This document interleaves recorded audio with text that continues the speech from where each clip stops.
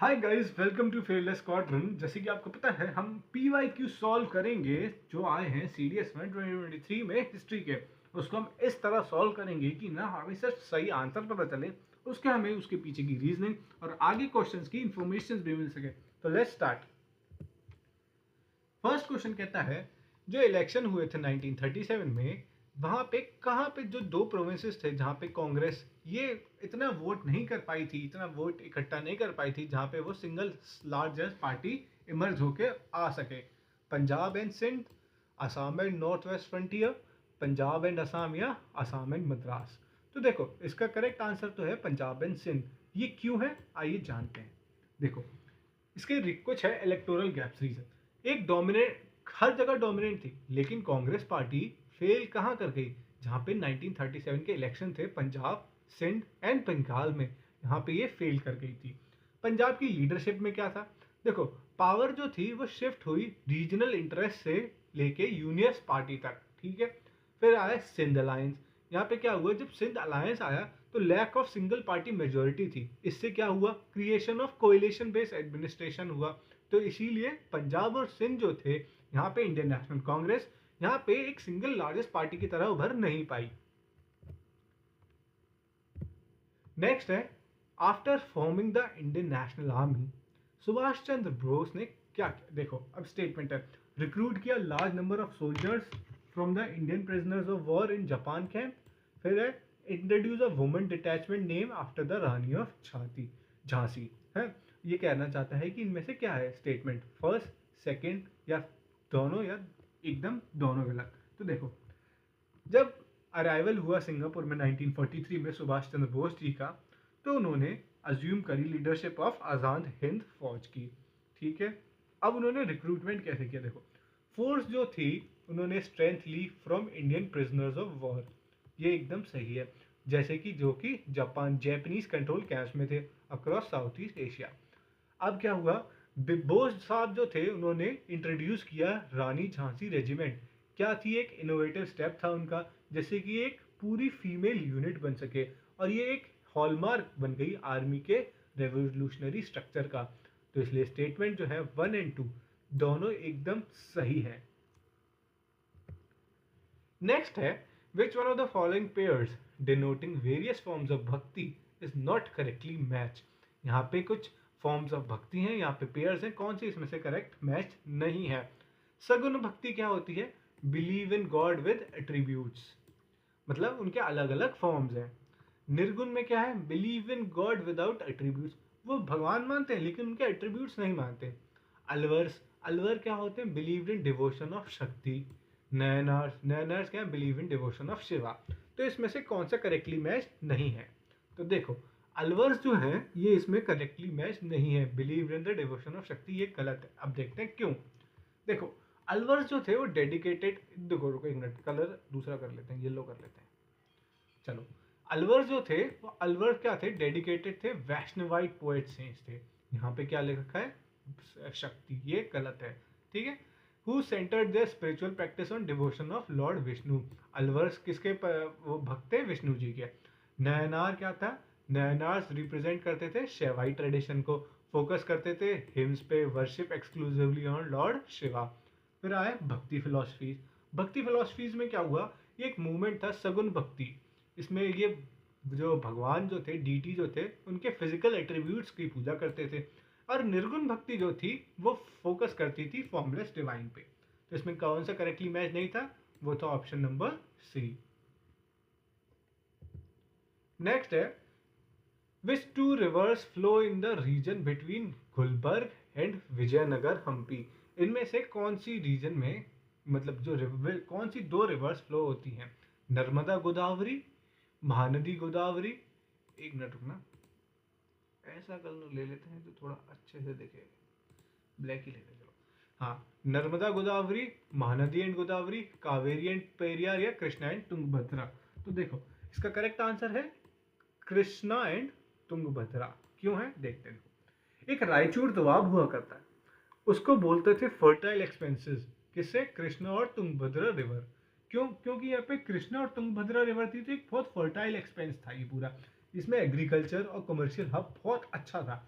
अब इसका हिस्टोरिकल क्या है, इसका सिग्निफिकेंस देखते हैं। जो इस रीजन में बहुत अच्छी वेल्थ थी, जो कि क्योंकि यहाँ पे क्या है, यहाँ पे रिवर्स है, एक विजयनगर एम्पायर एंड बहमानी सल्तनत था।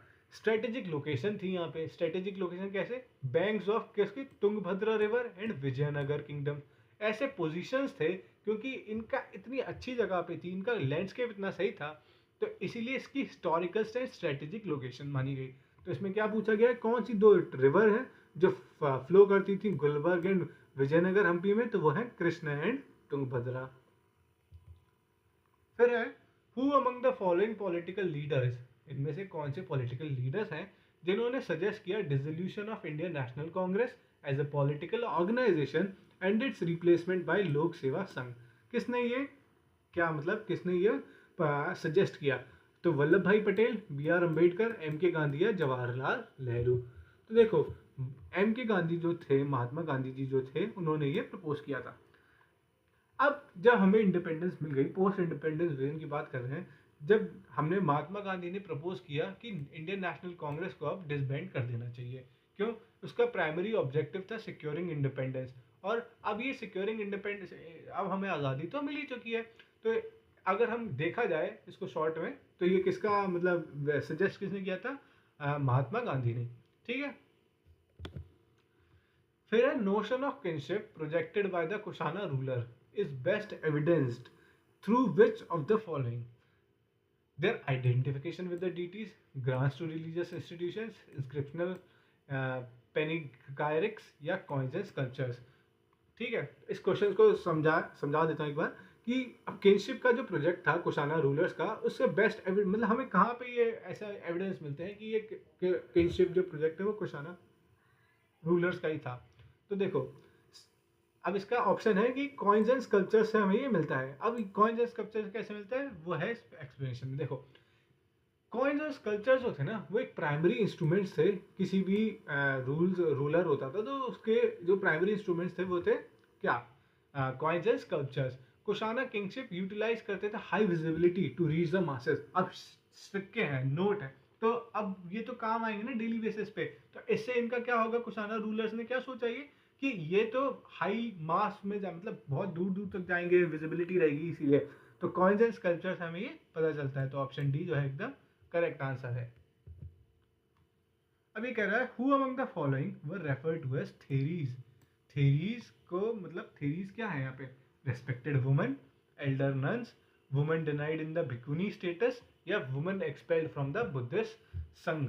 तो देखो, जो थेरीज होती हैं वो होती हैं elder nuns in Buddhism. Theris कौन है, एल्डर नन इन बुद्धिज्म। देखो, एंशिएंट इंडिया जो था जहाँ पे बुद्धिस्ट ट्रेडिशन था, theri was a designation for senior nun. एक डेजिग्नेशन था, एक पद था, किसके लिए, जो सीनियर नन्स थी, जिन्होंने spirituality, insights and advance mastery कर ली है फेथ में। ये सब उनको जो थोड़े सीनियर नन्स हो गई हैं उनको क्या जाता था, थेरीज। ठीक है, तो इसलिए ऑप्शन बी जो है एकदम करेक्ट आंसर है। बाकी जितना भी एक्सप्लेनेशन है वो आपके लिए ही है। फिर in which one of the following revolts, इनमें से कौन सा रिवोल्ट था, did the Koya and Konda tribal chiefs rise against the local overlord from the Mansabdari family? Rampa rebellion, Gudem uprising, Rampa rebellion 1922 से 1924, एक ये रंपा रिबेलियन 1879 टू 1880, या तेलंगाना आर्म स्ट्रगल। तो याद रखना, इसका करेक्ट आंसर है रंपा रिबेलियन 1879 से 1880 तक। देखो, 1879 में क्या हुआ, कोया एंड कोंडा ट्राइब थी, उसके लीडर्स यूनाइट होते हैं और ओवरथ्रो करते हैं मनसबदार, एक मनसबदार फैमिली का वो चलता था, वो उसको ये कर देते हैं, इंटरमीडिएट लैंडलॉर्ड था, उसकी अथॉरिटी को वो थ्रेटन करते हैं और एक ट्रेडिशनल ऑटोनॉमी का क्रिएशन करते हैं। अब इसमें ज्योग्राफिक एंड सोशल कोर क्या है, देखो, एक ईस्टर्न गोदावरी रीजन में एक अपराइजिंग होती है। ठीक है, इस जो ये अपराइजिंग थी, ये कोया पीपल जो थे, इन्होंने अपने डिफेंड किए लैंड्स को, सोशियो इकोनॉमिक राइट्स को, जो कि लोकल टायरनी, लोकल गुंडागर्दी के अगेंस्ट उन्होंने सोशियो इकोनॉमिक राइट्स अपने क्या करे, एकदम डिफेंड करे। तो इसका कौन सा मतलब क्या करेक्ट आंसर है, इसका ऑप्शन ए, रंपा रेबेलियन एकदम करेक्ट आंसर है। आगे कह रहा है, which member of the servants of Indian society founded the Seva Samiti at Allahabad? कौन से मेंबर ने, जो सर्वेंट्स ऑफ इंडिया सोसाइटी का मेंबर था, जिसने सेवा समिति इलाहाबाद में फाउंड करी? श्री राम वाजपेयी, हृदयनाथ कुंजरू, या S.G. वाजे, श्रीनिवास शास्त्री? तो याद रखना H.N. कुंजरू ये एकदम करेक्ट आंसर है। देखो 1940 में क्या हुआ, कुंजरू साहब जो थे उन्होंने एस्टेब्लिश करी सेवा समिति, कहाँ पे? इलाहाबाद में। उन्होंने एक स्ट्रक्चर प्लेटफॉर्म बनाया ह्यूमैनिटेरियन एफर्ट्स के लिए एंड सोशल वेलफेयर के लिए, क्राइसिस मैनेजमेंट के लिए भी उन्होंने बहुत काम किया। और कुंजरू जो थे उनका जो डीपली वर्क था वो मेंबरशिप था सर्वेंट्स ऑफ इंडियन सोसाइटी में। फाउंडेशन रिफॉर्म जो उन्होंने गोपाल कृष्ण गोखले थे 1905 में जो उन्होंने लॉन्च किया था फाउंडेशनल रिफॉर्म, उनको भी उन्होंने बहुत ज़्यादा अप्रिशिएट किया था। इसका करेक्ट आंसर क्या हो जाएगा? Option number B. ये कह रहा है जो फर्स्ट एंग्लो मराठा वॉर होती है वो कंक्लूड हुई कौन से ट्रीटी से? Treaty of Surat, treaty of Purandar, convention of Wadgaon, या ट्रीटी ऑफ सलबाई? तो याद रखना ट्रीटी ऑफ सलबाई जो है इसका करेक्ट आंसर है। First Anglo Maratha war was the concluded by which one of the following? ठीक है, जो ट्रीटी ऑफ सलबाई है वो एकदम करेक्ट आंसर है। देखो जो कि कॉन्फ्लिक्ट एंड हुआ ना वो हुआ मई 1782 में। ट्रीटी हुई ट्रीटी ऑफ सलबाई, याद रखना एक लैंडमार्क अग्रीमेंट था, इसीलिए इसका बहुत इंपॉर्टेंस है। ठीक है, तो इसका करेक्ट आंसर हो गया treaty of Salbai, option number D. फिर name the battle in which the Travancore king defeated the Dutch in 1741? कौन सी बैटल थी जिसमें ट्रेवनकोर किंग ने डच को हराया था? Battle of Porto Novo, battle of Colachel, battle of Pollilur, battle of Changanacherry? तो इसका करेक्ट आंसर क्या है देखते हैं। चलो ऑप्शन बी जो है करेक्ट आंसर है, बैटल ऑफ कोलाशिल। नेक्स्ट है name the location of the musical inscription containing groups of musical notes arrange from the benefits of his people by king in the 7th और 8th century? इनेरियम, उत्तरमेरियम, सियामंगलम and Kudumiyanmalai? थोड़ा मतलब option A, option B, option C, option D ऐसे कर लेते हैं क्योंकि थोड़ा difficult है ये प्रोनाउंस करने में, अगर गलत हो गए हो तो उसके लिए सॉरी। इसका करेक्ट आंसर है क्या? ऑप्शन नंबर डी, ये उसकी पूरी एक्सप्लेनेशन है। फिर अगर हम देखें 18th सेंचुरी का, दस्तक क्या चीज़ थी? Signature, land document, trade permit, या टैक्स ऑन टेक्सटाइल की टैक्स लगाते थे? तो याद रखना दस्तक लगेगा लोगों की, हिंदी वाले दस्तक, ये सिग्नेचर, इसको हम दस्तक कहते हैं। लेकिन यहाँ पे क्या है? ट्रेड परमिट है। देखो क्या होता है, दस्तक जो था स्पेशलाइज ट्रेड परमिट था जो ग्रांट किया गया था ईस्ट इंडिया कंपनी के, ऑथराइज किया था कि फैसिलिटेट हो सके मूवमेंट किसका? कमर्शियल गुड्स का, कोई इंटरनल ड्यूटीज ना लगे उस पर। लेकिन हर चीज़ का मिसयूज होता है तो दस्तक का भी मिसयूज होने लगा, वो भी हमने उसको सही किया था उन लोगों ने। तो इसका क्या है correct answer? What was dastak? Trade permit. फिर which one of the following was primarily associated with dadni system? इनमें से कौन सा एसोसिएट है ददनी सिस्टम से? Textile production, warfare, payment to official, या रेवेन्यू कलेक्शन? तो देखते हैं जो ददनी सिस्टम से जो एसोसिएटेड है प्राइमरीली वो है टेक्सटाइल प्रोडक्शन। ठीक है, ऑप्शन जो ए है वो एकदम करेक्ट आंसर है।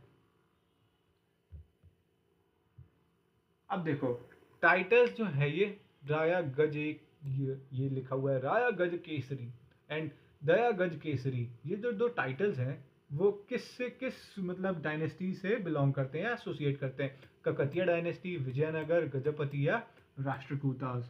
तो देखो जो ककतिया डायनेस्टीज है उससे ये जो दोस्त दे रखे हैं क्या बोलते हैं इसे, दो टाइटल्स दे रखे हैं, वो ककतिया जो डायनेस्टी है इससे ही वो करते हैं, सिम्बलाइज करते हैं। देखते हैं ऑप्शन ए इसमें करेक्ट हो गया। देखो ककतिया रूलर जो थे उन्होंने टाइटल्स दिए जैसे कि राया गज केसरी एंड दया गज केसरी। क्यों? क्योंकि ये टाइटल जो है ना वो एक मिलिट्री प्रोएस और रीडिफाइंड एडमिनिस्ट्रेटिव अथॉरिटी को दिखाते हैं। फिर जो किंग थे प्रताप फर्स्ट, वो उन्होंने बोला उनको सबसे पहले मिला था दया गज केसरी का, ठीक है ना। फिर इंपीरियल इनहेरिटेंस हो गया। ये टाइटल जो है राया गज केसरी वो एक किंग से दूसरे को मिला, from king Ganapati Deva to his daughter queen Rudrama Devi. तो याद रखना ये दोनों जो टाइटल हैं राया गज केसरी एंड दया गज केसरी वो ककतिया किंगडम के, ककतिया डायनेस्टीज के बल्कि टाइटल्स हैं। नेक्स्ट है कि consider the following statement about this Kanaganahalli archaeological site. It is situated on the bank of Bhima river. जो रिमेन्स हैं स्टूपा के, ये 1st एंड 3rd सेंचुरी के बीच में है। एम्परर जो अशोक जो थे, इमेज उनकी फाइंड यहाँ पे यहीं पे मिली थी, इसी साइट पे। तो ये जो तीनों स्टेटमेंट है वो एकदम करेक्ट है। कैसे हैं देखते हैं चलो। ज्योग्राफिकल सेटिंग क्या है? लेफ्ट बैंक के जो भीमा रिवर है कर्नाटका में, यहाँ पे हमें एकदम सिचुएटेड थी ये कंघाली आर्कियोलॉजिकल साइट।